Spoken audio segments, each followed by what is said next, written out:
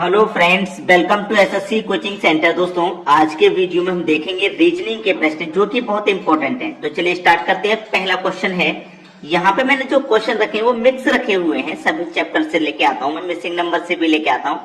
अब यहाँ पे इसने बोला है कि 23 का रिलेशन 13 से कैसे बनेगा। अगर यहाँ रिलेशन बन गया तो यहाँ पे भी वही रिलेशन आपको बनाना होता है, कोई अलग रिलेशन नहीं लगाते। ठीक है, चलिए यहाँ पे देखिएगा 23 से 13 कैसे है। अगर आप ये सोचते हैं कि यहाँ पे 23 से 13 कैसे बन गया, 23 से 10 कैसे बन गया, अगर आप 23 में से माइनस कर देंगे 10 तो 13 बन जाएगा। ठीक है, चलिए मान लिया।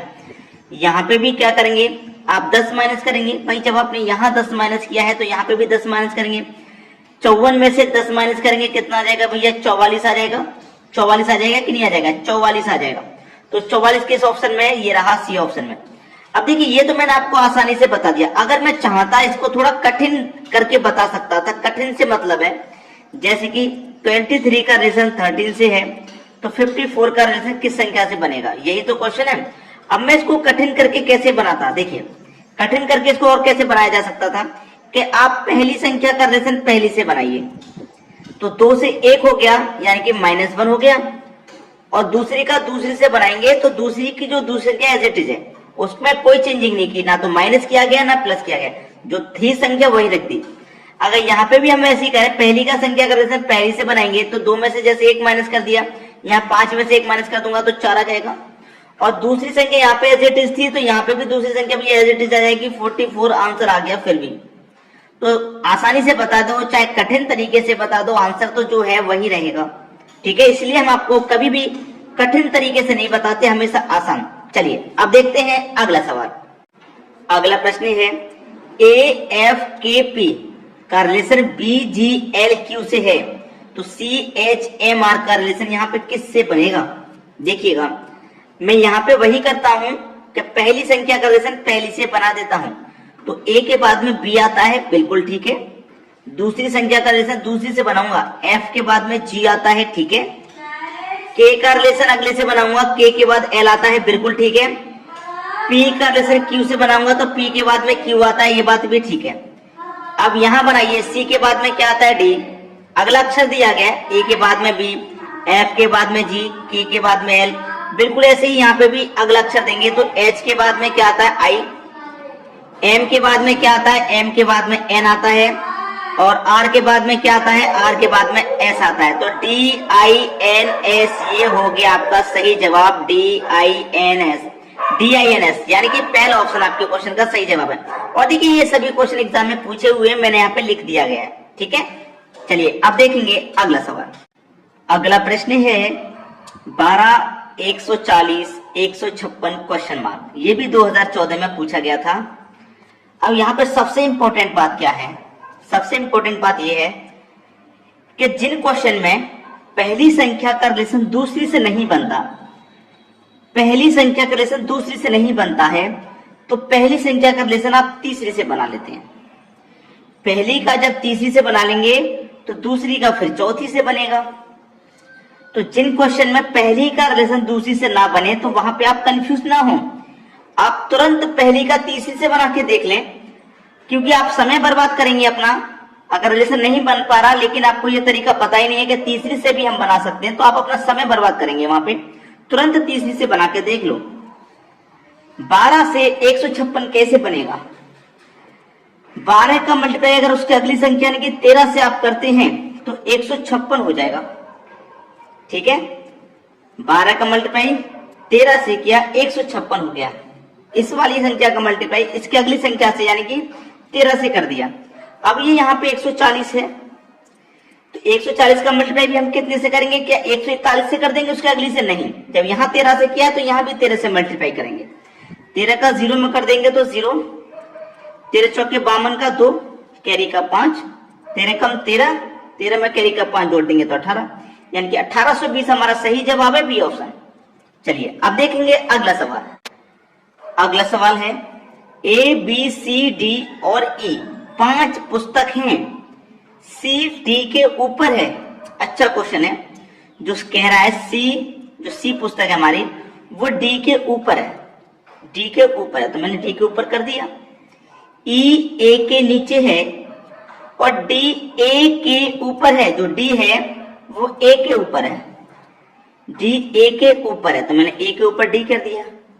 और ई ए के नीचे है, जो ई है वो ए के नीचे है, ई ए के नीचे है, जो ई है वो ए के नीचे है, ये कहा गया।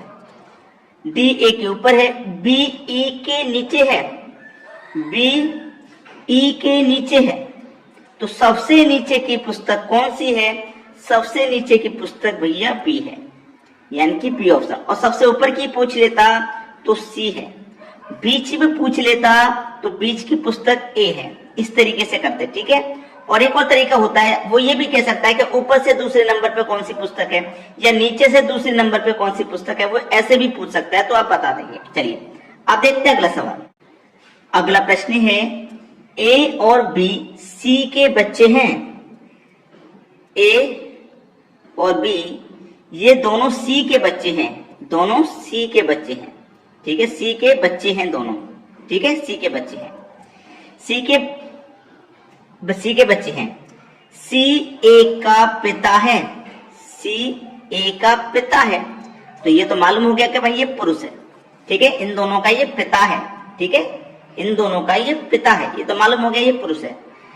सी ए का पिता है, लेकिन बी सी का पुत्र नहीं है। जो बी है वो सी का पुत्र नहीं है, लेकिन बच्चे तो भाई सी के ही हैं, लेकिन पुत्र नहीं है।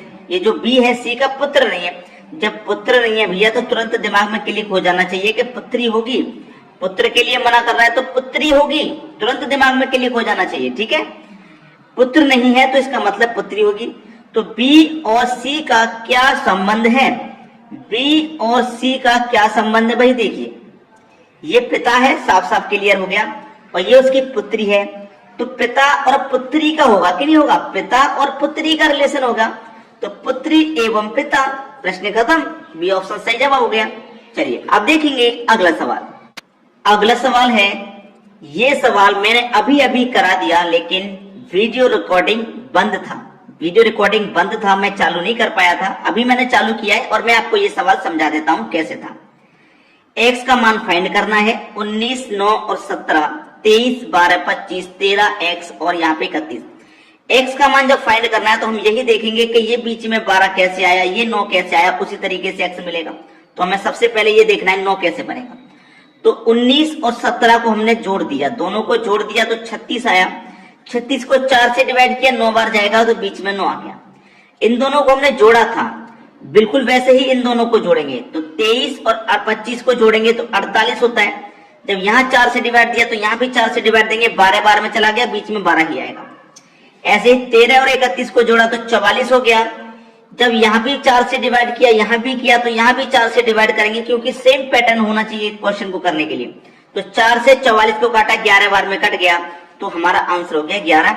एक्स की जगह क्या आ जाएगा भाई? 11 आ जाएगा। तो क्वेश्चन समझ में आ गया। एमपीपीएससी 2016 में ये क्वेश्चन आया था। चलिए अब देखेंगे अगला सवाल। अगला सवाल है 6 5 4 7 6 5 5 7 6 37 23 एक्स। अब यहाँ पे बड़ी संख्या की तरफ मैं रिलेशन बनाऊंगा, तो बड़ी संख्या नीचे है 37 23 और एक्स। तो देखिए मैं क्या करूं, 6 7 5 का कुछ करना होगा कि मेरा 37 बन जाए। अगर मैं इस 6 और इस 7 का दोनों का कर दूंगा मल्टीप्लाई, तो 6 7 42 हो जाएगा। 42 हो गया।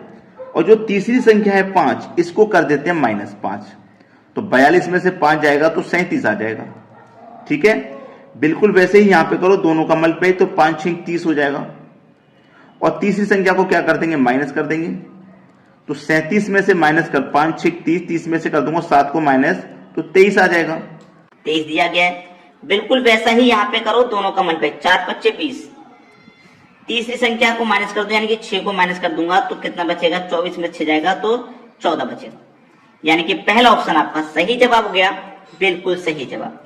तो आपको करना क्या है, वीडियो पसंद आ गया है तो लाइक कर देना है, कमेंट जरूर किया करें दोस्तों, कमेंट करने से मोटिवेशन होता है। ठीक है, हमें आपको बनाने के लिए, आप जब कमेंट कर देते हैं कि सर ये वाला क्वेश्चन चाहिए हमको या इस चैप्टर से, तो हम उस पर मेहनत करते हैं, वही लेकर के आने की कोशिश करते हैं। आप हमको बताया करें कमेंट करके। ठीक है, वीडियो देखने के लिए बहुत बहुत धन्यवाद।